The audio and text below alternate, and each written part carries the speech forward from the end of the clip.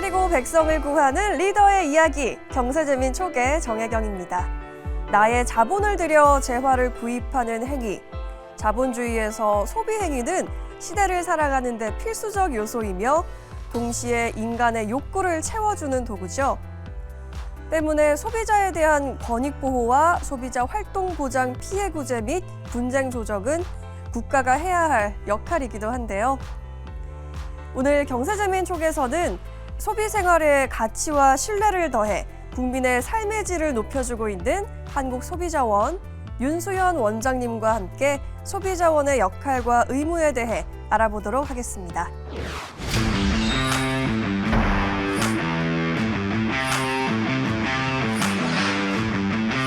소비자와 사업자 간 분쟁이 발생했을 때 그거를 해결해주는 그런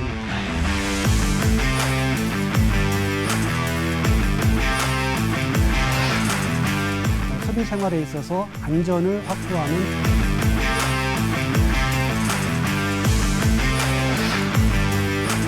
소비자 역량 강화, 시장 환경을 개선하는 기능입니다.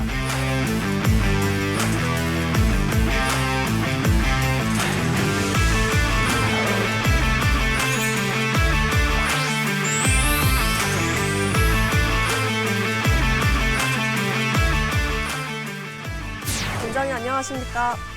네, 안녕하십니까? 네, 반갑습니다. 반갑습니다. 네, 초대해 주셔서 감사합니다. 와주셔서 감사합니다. 이번 시간은 한국소비자원에서 이렇게 오셨는데요.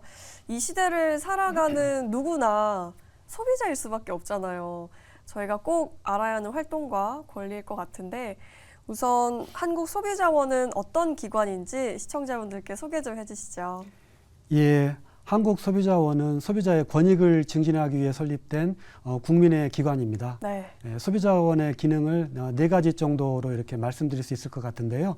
첫 번째로는 소비자와 사업자 간 분쟁이 발생했을 때 그거를 해결해 주는 그런 기능입니다. 네. 그래서 소비자원은 그 소비자 단체와 함께 연간 50만여 건의 소비자 상담을 처리하고 피해 구제 단계, 분쟁 조정 단계, 네. 이런 단계 등을 거쳐서 소비자와 사업자 간 분쟁을 원만하게 해결해 주고 있습니다. 둘째로는 소비 생활에 있어서 안전을 확보하는 역할입니다. 네. 그래서 소비자원은 결함 제품이나 안전 사각지대 제품에 대해서 안전성 조사를 실시하고 이를 근거로 해서 제도 개선을 건의하는 역할을 하고 있습니다. 예를 들면 지난해 구독형 도시락에서 병원성 세균이 검출되었다는 사실과 그다음에 경사진 영하 수면 용품이 영하 돌연사 증후군을 유발할 수 있다는 사실을 조사해서 공표한 바 있습니다. 네. 세 번째로는 소비자 역량 강화 기능입니다. 소비자 교육도 일부 담당하고 있고요.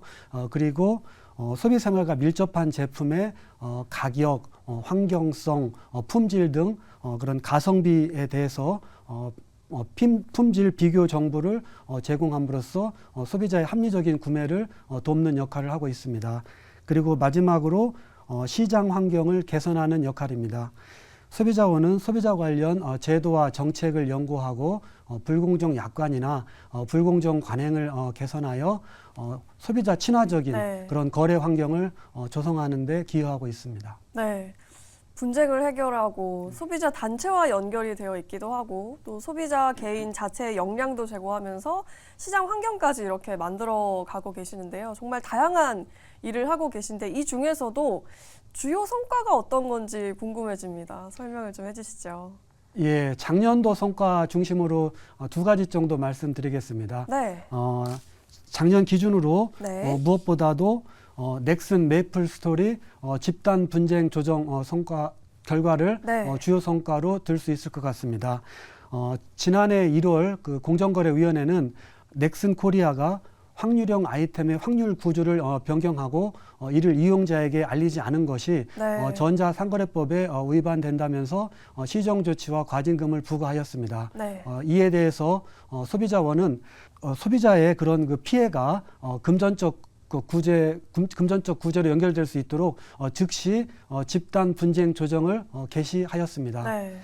그리고 이에 따라 신청인이 5,800명에 달하는 이런 그 대규모 사건이었는데요.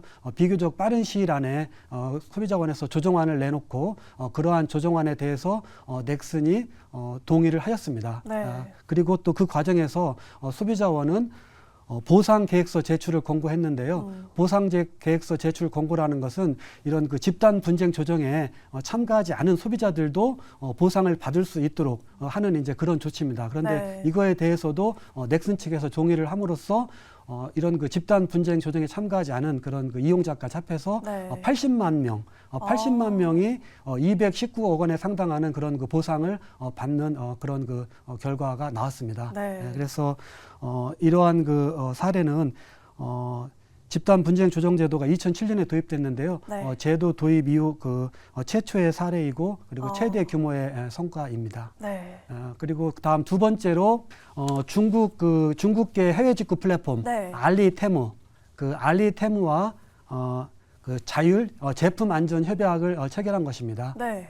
아시다시피 작년에 소비자들의 온라인 해외 직접 구매가 많이 증가했고요. 네. 특히 저렴한 가격을 내세운 그 중국계 해외 직구 플랫폼의 그 제품에 대한 그런 수요가 매우 높았습니다. 네. 그리고 또 그와 함께 그것이 가격은 싸지만 중국계 플랫폼에서 어떤 그런 그 우회 제품이 많이 유통된다는 그런 우려도 있었습니다. 네. 그래서 이런 우려를 좀 줄이기 위해서 그 소비자원은 공정거래위원회는 소비자원을 포함해서 테무와 네. 자율 제품 안전 협약을 체결을 했습니다. 네.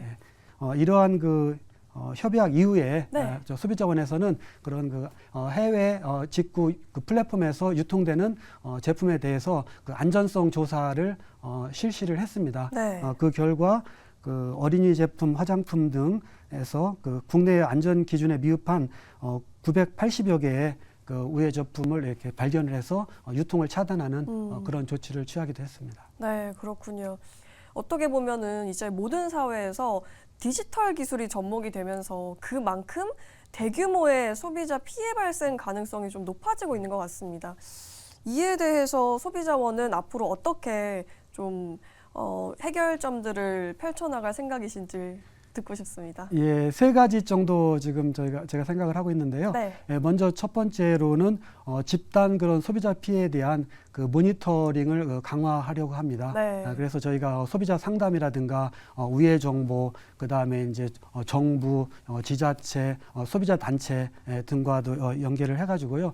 그래서 이런 어떤 대규모 피해가 발생될 네. 징후가 있는 그런 사안에 대해서는 아주 조기에 탐지하는 그런 시스템을 갖추고자 하고요. 네. 그리고 그런 그 대규모 피해가 예상되는 경우에는 지난번 넥슨 사례처럼 네. 어떤 소비자들의 피해 구제 신청을 기다리지 않고 소비자원이 직접 그런 그 피해자를 모집을 해서 네. 집단 분쟁 조정을 실시하는 그런 방안도 적극 추진하고자 합니다. 네. 그다음에 두 번째로는 유사하거나 동일한 피해에 대해서는 일괄 구제를 활성화하려고 합니다. 네. 예를 들면은 지난해 이제 폐업한 그 알레츠몰에 대해서 네. 일괄 구제를 실시한 게 대표적인데요. 네. 지난해 그 알레츠몰이 이제 그 폐업을 이제 하게 됨에 따라서 저희가 그 소비자원이 바로 결제 대행사 피지사들하고 협업해가지고요. 그래서 바로 이제 그런 그 결제 이제 그 중단하고요.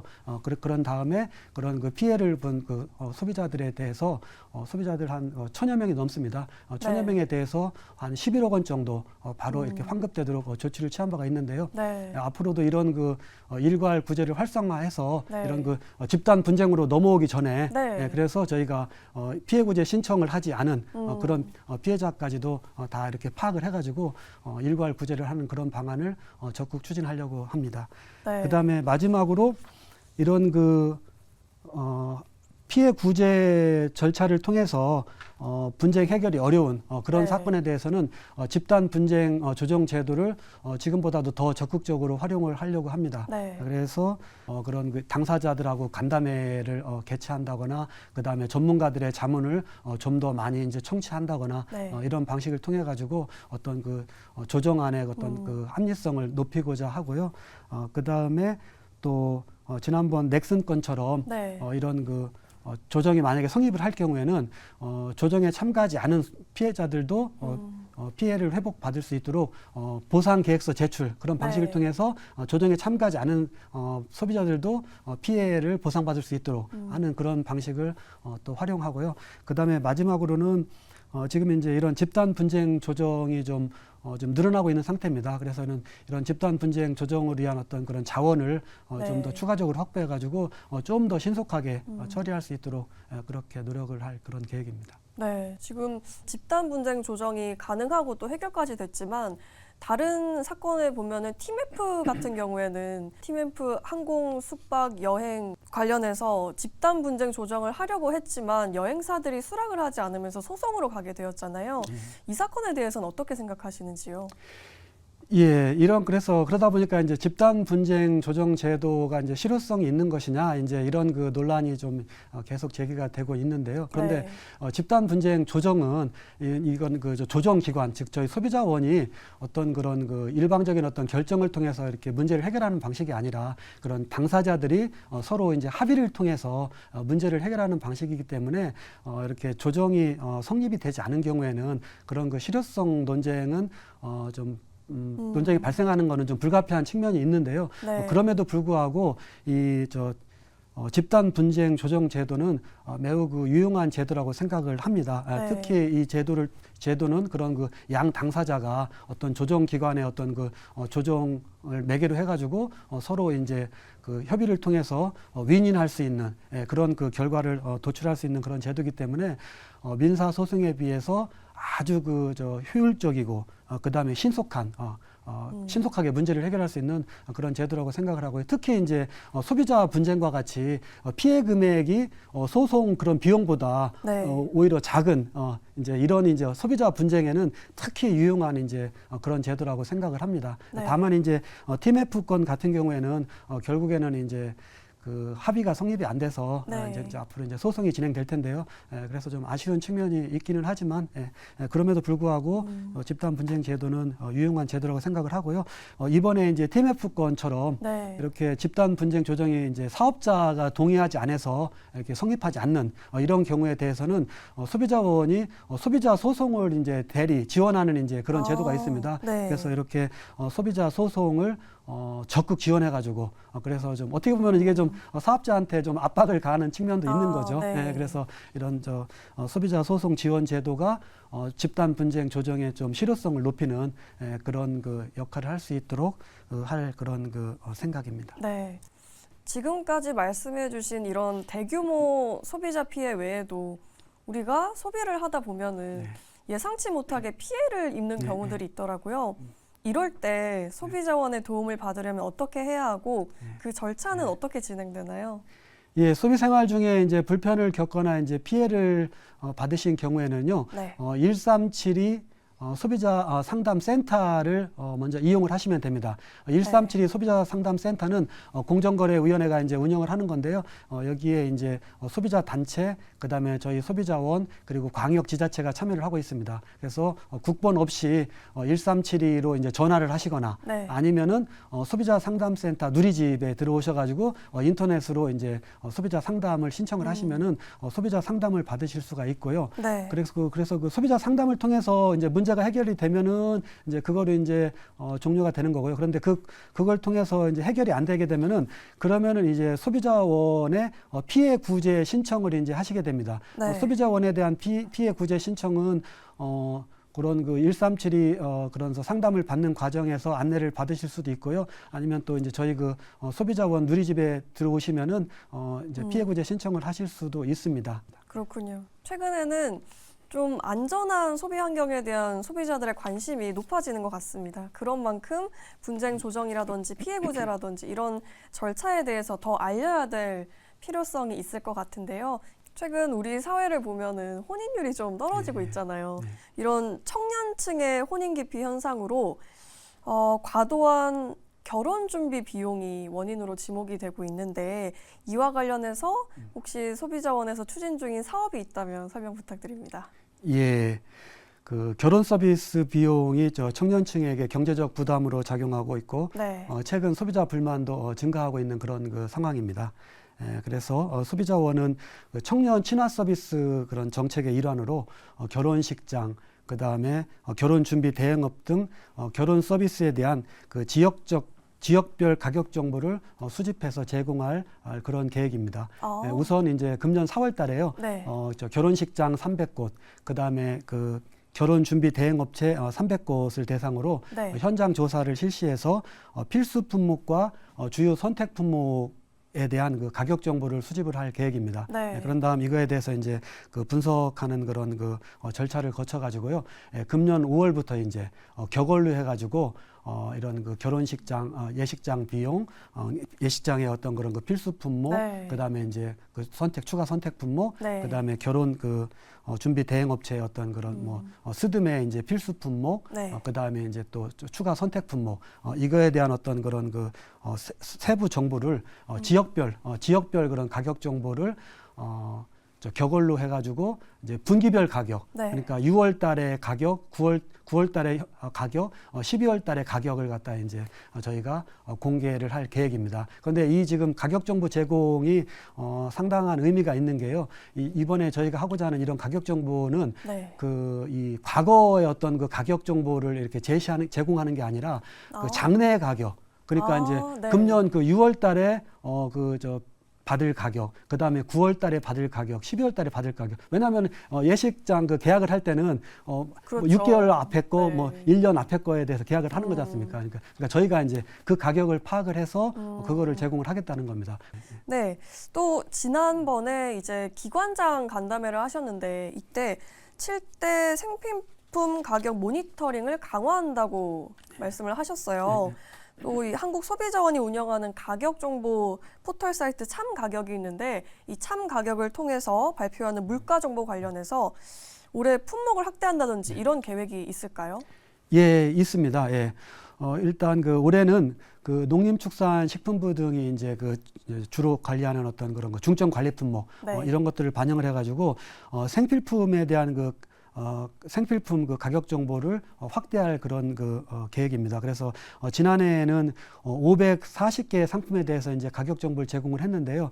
올해는 이제 4월부터 604개 상품에 대한 어떤 가격 정보를 제공을 할 그런 계획이고요. 네. 그 다음에 이제 지난해 같은 경우에 저희 소비자원에서 이제 7개 품목, 뭐 우유라든가 뭐 계란, 밀가루 등 이제 7개 품목을 집중 관리 품목으로 이제 선정을 해가지고 관리를 했는데 올해는 이제 요거에 이제 3개 품목 추가해가지고 그래서 네. 쌀, 커피 믹스, 빵 3개 품목 추가 10개 품목을 이제 집중 관리 품목으로 해가지고 이 가격 정보를 제공을 할 계획입니다. 이런 참가격을 통해서 발표하는 가격 정보도 소비자들에게 너무 유익할 것 같습니다. 예. 네, 꼭 다들 참고를 해보시면 좋을 것 같네요. 예. 네, 이렇게 우리 사회가 기술이 발전하고 또 경제가 고도화되면서 신기술, 신유형의 제품이 갈수록 쏟아지고 있죠. 소비자 정보도 역시 넘쳐나고 있습니다. 이에 대해서 소비자원이 올해에는 어떤 제품과 서비스에 대한 비교 정보를 제공할 예정이신지 궁금합니다. 예, 올해는 노트북, 무선 이어폰, 그다음에 액션 카메라 등 소비자들의 관심이 높은 네. 디지털 정보통신 그런 제품의 그런 그 품질 비교 정보를 중점적으로 제공할 그럴 계획입니다. 또한 그 이제 고물가가 지속이 되고 있는데요. 이걸로 인해서 소비자 부담이 이제 커지고 있는 그런 상황인 만큼 소비 생활에 이제 그 반드시 필요한 다소비 품목을 중심으로 가성비 우수 제품을 발굴해서 홍보하고 그다음에 소비자의 합리적인 제품 선택을 지원할 그럴 계획입니다. 네. 디지털 AI 시대라고 이제 말을 할 수가 있는데 그럴수록 정보가 넘쳐나고 진짜와 가짜를 구분하는 능력이 중요해지는 것 같아요. 특히 미래의 주력 소비층이죠. 어린이와 청소년의 소비 역량 강화가 좀 시급해 보이는데 소비자원은 소비자 교육 활성화를 위해서 어떤 노력을 하고 계신가요? 예, 지금 그 말씀하신 것처럼 이렇게 청소년의 소비자 역량, 미래 세대의 어떤 소비자 역량 중요합니다. 그런데 네. 우리나라 저희 소비자원에서 이제 연구 조사를 해봤더니요. 네. 우리나라 청소년의 소비자 역량이 다른 연령 대비해서 오히려 낮은 수준입니다. 아, 그래요? 그리고 또 그런데 또 반면에 학교 내 소비자 교육은 좀 단편적으로 이루어지고 있는 그런 실정으로 판단이 됩니다. 네. 이에 따라서 소비자원은 청소년 소비자 교육에 대해서 그동안 많은 관심 가져오고 있는데요. 네. 특히 이제 금년에는 학교 자율시간 제도 시행에 맞춰서 중학생 대상 소비자 교육 인정 교과서를 개발해서 보급할 그럴 계획입니다. 그래서 이를 위해서 지난주에 충북교육청 그다음에 이제 매일경제신문사 네. 등 이런 유관기관하고 교과서 개발 관련된 업무 협약을 체결을 했습니다.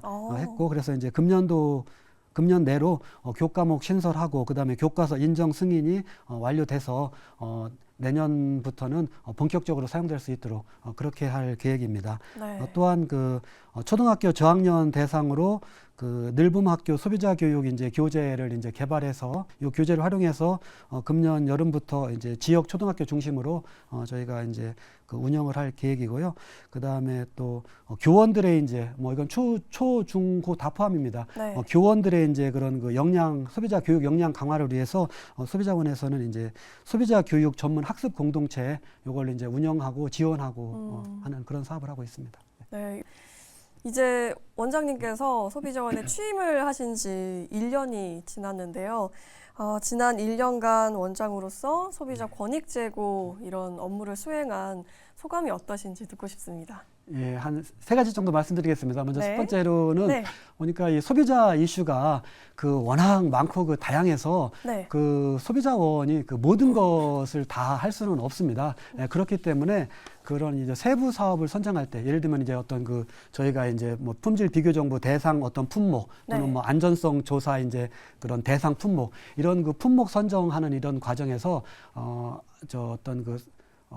그 사업의 어떤 기대 효과라든가 이런 것까지 고려해가지고 아주 선택과 집중을 할 필요가 있다는 그런 네. 생각이 들었습니다. 그래서 앞으로도 사업 추진하면서요 더욱더 선택과 집중해서 할 필요가 있겠다는 생각이고요. 네. 그다음에 두 번째로는 이런 소비자 어떤 권익 증진을 하는 기관이 많습니다. 물론 네. 저희 소비자원은 소비자 권익 증진이 저희 기관의 어떤 핵심적인 목표이지만 저희 소비자원 말고도 식약처라든가 그다음에 질병관리청이라든가 그다음에 국가기술표준원이라든가 여러 기관들이 네. 이런 소비자 권익 증진 업무를 하고 있기 때문에요. 네. 이런 소비자 권익 증진 시책이 더욱 큰 효과를 보기 위해서는 이런 관련된 기관끼리 협업을 잘하는 것이 중요하다고 생각합니다. 그래서 네. 지금도 나름 협업하기 위해서 노력을 하고 있지만 네. 더욱더 협업을 강화하기 위해서 노력을 할 필요가 있겠다는 생각이 들었고요. 그다음에 마지막으로는 이런 저희 소비자원 같은 공공기관이 역할을 제대로 하기 위해서는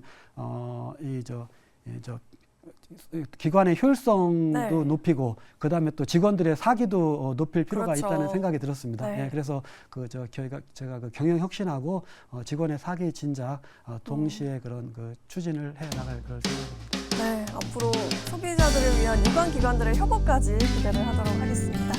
네. 소비자들은 새로운 시대에 대비해서 소비 역량을 기르고 소비자원은 이에 대한 정책과 대안을 모색하는 모습에서 모든 국민이 소비자로서 그 주권을 올바르게 행사하고 또 보호받고 있다는 생각이 드는데요. 앞으로도 소비자 피해 구제와 교육 등 소비자원의 행보에 많은 관심과 응원을 해야겠습니다. 오늘 좋은 말씀 감사합니다.